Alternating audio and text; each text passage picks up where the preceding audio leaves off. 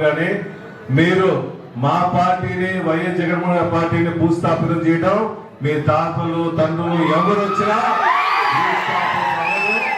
ఎందుకంటే మన పార్టీకి నికాసు లాంటి కార్యకర్తలు ఉన్నారు.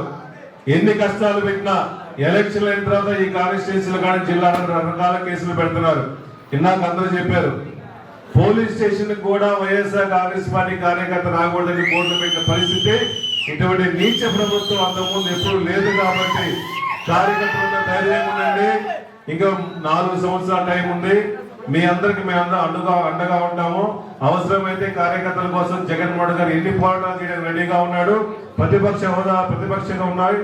రైతుల కోసం, ముఖ్యంగా మిర్చి రైతుల కోసం కానీ, పొగాకు రైతుల కోసం కానీ, వరి రైతుల కోసం కానీ, పత్తి రైతుల కోసం కానీ పోరాటం చేసే ఏకైక పార్టీ వైఎస్ఆర్ కాంగ్రెస్ పార్టీ అని చెప్పి సభాముఖంగా తెలియజేసుకుంటూ అందరూ కలిసిమెలిసి గతంలో సమస్యలు ప్రతి కాన్స్టిట్యూన్సీలో ఉన్నాయి. మా కాన్స్టిట్యూన్సీలో ఉన్నాయి, మీ కాన్స్టిట్యూన్సీలో ఉన్నాయి. అవన్నీ పక్కన పెట్టి గతంలో అటువంటి సమస్యలు మళ్ళా రాకుండా అందరూ కలిసిమెలిసి పూర్తిగా మిమ్మల్ని అందరినీ మీ నాగార్జున జాగ్రత్తగా చూసుకునే బాధ్యత మేము ఇస్తున్నాము. జగన్మోహన్ గారు కూడా ఇస్తారు కాబట్టి ఆయన అందరినీ సీనియర్ని జూనియర్ని అందరి కార్యకర్తలు కూడా సమన్వయం చేసుకుంటూ పార్టీని ముందుకు తీసుకెళ్తారని చెప్పి పూర్తిగా విశ్వాసంతో మేము ఉన్నాం. కాబట్టి అదేవిధంగా ఈ ముఖ్య ఉద్దేశం ఏంటంటే QR code. Chandrababu Naidu election ముందు ఇచ్చిన మేనిఫెస్టో క్యూఆర్ కోడ్ ఒకటి పెట్టాము. ఈ క్యూఆర్ కోడ్ మీరు ప్రతి ఒక్కరికి స్మార్ట్ ఫోన్స్ ఉన్నాయి కాబట్టి స్కాన్ చేస్తే ఎన్ని స్కీమ్లు ఇచ్చాడు.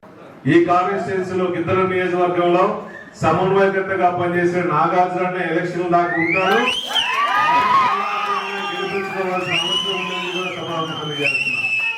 చాలా మంది వస్తా ఉంటారు, మనిషి ఆశాజీవి, నాకు ఎమ్మెల్యే సీట్లు కావాలి, ఎంపీ సీట్లు అడుగుతా ఉంటారు. మనిషి ఆశాజీవి. జగన్మోహన్ గారిని పెట్టిన మనిషి ఒకే ఒక మనిషి, ఒకదానికి 4 బీఫారాలు ఇవ్వలేరుగా. ఆయన పెట్టిన మనిషి నాగార్జున, ఆయన పూర్తిగా మద్దతు ఇవ్వాలని చెప్పి మనస్ఫూర్తిగా కోరుకుంటున్నాము. అదేవిధంగా నాగార్జున అమ్మ చెప్పింది, నాగార్జున చాలా సౌమ్యుడు, మెత్తడని. వాళ్ళ ఇది చాలా గట్టిగా ఉండేవాడు. నాగార్జున వాళ్ళ ఈ దగ్గర కూడా కొంచెం నేర్చుకొని, వాళ్ళ మామ దగ్గర కొంచెం నేర్చుకొని కార్యకర్తలు అండగా ఉండి ఇంకా కార్యకర్తలకు ఎక్కువ దగ్గరలో అందుబాటులో ఉండేసి ఏ కష్టం వచ్చినా కూడా నాకు నాగార్జున చెప్పాడు, ఫస్ట్ సంవత్సరం వదిలేసేయండి, సంవత్సరం అయిపోయింది కాబట్టి ఫస్ట్ గేర్ నుంచి సెకండ్ గేర్ మార్చి కార్యకర్తల కోసం అందరికీ అందుబాటుగా ఉంటామని జగన్మోహన్ గారు కూడా చెప్పారు. కాబట్టి మీరు ఇంకేం ఆధారపడాల్సిన అవసరం లేదు. మీ కాన్స్టిట్యూన్సీలో కేసులు పోస్ట్ వచ్చినా, ఎక్కువైన సమస్యలు వచ్చినా మీతో పాటు, మీ నాగార్జునతో పాటు మీ కాన్స్టిట్యూన్సీకి ఎప్పుడు పిలిచినా కార్యకర్తల కోసం అండగా ఉండడం కోసం ఈ కూర్చోపల్లి శివప్రసాద్ రెడ్డి ఎప్పుడు ఉంటారని చెప్పి పెట్టింది ఎవరు? ఆ గ్రామంలో సర్పంచులు గాని, నాయకులు గాని అందరూ వాలంటీర్లు పెట్టిందని మనమే. మేము గాని, పైన నాయకులు గాని మొత్తం మీ ద్వారా జరుగుతుందని చెప్పి అనుకున్నాం.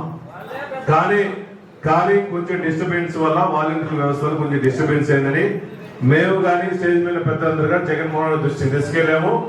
ఈసారి జగన్ ఒకటే చెప్పాడు, ఎలక్షన్లప్పుడు ఏజెంట్ గా తిరిగే వాళ్ళు, నాయకులుగా ఉండేవాళ్ళు, వాళ్ళ ద్వారా మొత్తం పంపిణీ చేద్దాము, కార్యకర్తల కోసం అండగా ఉంటాము. ఎలక్షన్ అయిన తర్వాత జగన్మోహన్ గారు 2.0 మొత్తం నా ద్వారా మీకు చెప్పమని చెప్పారు.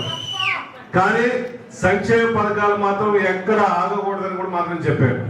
అన్ని పథకాలు మీ ద్వారానే, సంక్షేమ పథకాలు ఎక్కడ ఆగకూడదని చెప్పేసి సభాముఖంగా తెలియజేస్తున్నా. అదేవిధంగా మొన్న జరిగిన గిద్దలూరు ఎలక్షన్ లో మనం సుమారు 900 ఓట్లతో ఓడిపోయాం. అంటే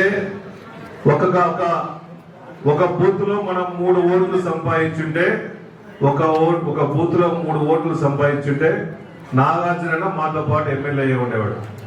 జగన్మోహన్ గారు అతని మార్కాపురం నుంచి ప్రాంతం తీసుకొచ్చి లాస్ట్ మీట్ లో తీసుకొచ్చి కూర్చోబెట్టి ఇక్కడ ఇచ్చినా కూడా కార్యకర్తలు ఈవీఎంలు కూడా కన్నా ఎక్కువ కష్టపడి మీరందరూ ఇంతలో ఓట్లు సేకరించారు.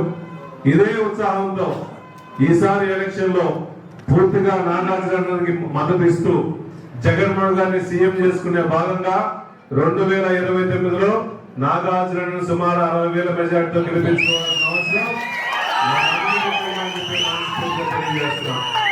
ఏ పార్టీలో అయినా కార్యకర్తలు లేకపోతే పార్టీ లేదు.